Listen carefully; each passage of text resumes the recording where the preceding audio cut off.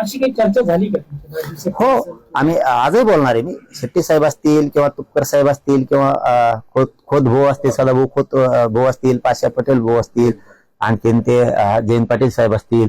त्याच्यात आता मला हे ओळखीचे नाहीयेत. आपले ते धोंडगे साहेब असतील, असे बरेच ते चटक साहेब आहेत. ते दुसरे आपले काल ते आजारी आहेत म्हणलेले ते विजय दादा असतील, ते असे बरेचसे आहेत त्यांचे. आपण काहीला काय वाटून पुन्हा एकच नाव घेतलं, मग आमचं नाव नाही घेतलं, मग आम्ही नव्हतो.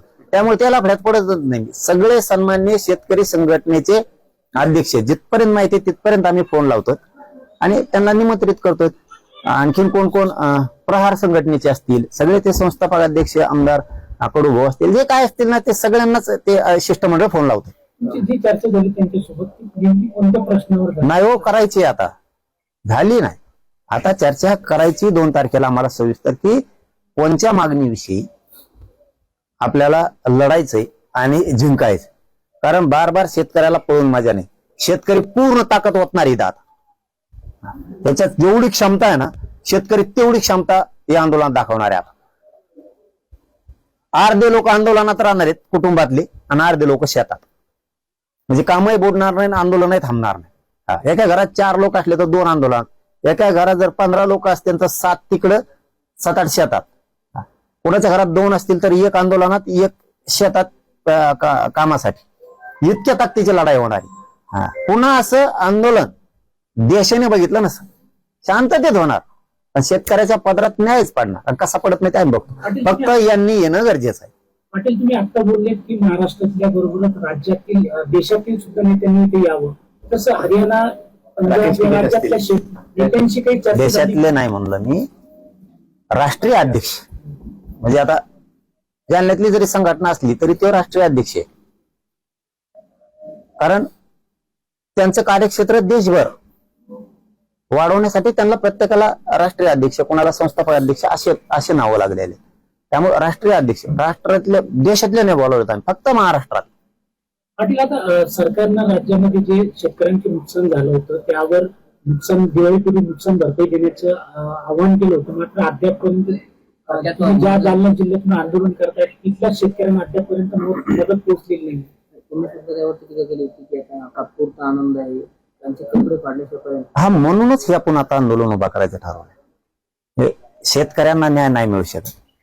हे फक्त निवडणुकापुरतं फसवत राहणार आणि त्यांच्या प्रॉपर्ट्या साबित राहण्यासाठी काम करतायत नेते.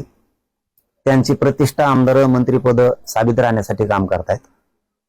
आपल्या प्रतिष्ठेसाठी शेतकऱ्याचा कोणीच काम करत नाही. प्रत्येक जण फक्त आशा लावतो, तुम्हाला हे देऊन ते देऊ, देत नाहीत. 3-3, 4-4 वर्षाचे विमा पडले, 3-3, 4-4 वर्षाचे नुकसान भरपाई तशाच पडल्यात. आणखी इकडं हमी भाव केलाय 7,000-8,000, 9,000 काय हमी भाव असेल त्यांचा. इथं जिनिंगला कशाला गेलं की 3,500, 4,000 त्याचा हमी भाव. तिकडे सांगत 7,000-8,000 आहे आणि इकडे येते म्हणजे 800 कापूस द्या, 2,500-3,000 आणि सोयाबीन द्या, आणि तिकडे भाव वेगळे. ही काय मिस्टेक चालली तेच बघायचं या आंदोलनात.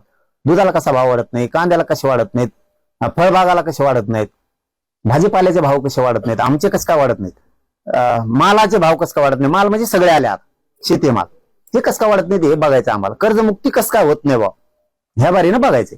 कोण करीत नाही. आणि तेव्हा महाराष्ट्रातल्या शेतकऱ्यांची कर्जमाफी न करता आमच्या छाताडावर कोणचा नेता महाराष्ट्रात हिंडतोय तेच आम्हाला बघायचं आहे.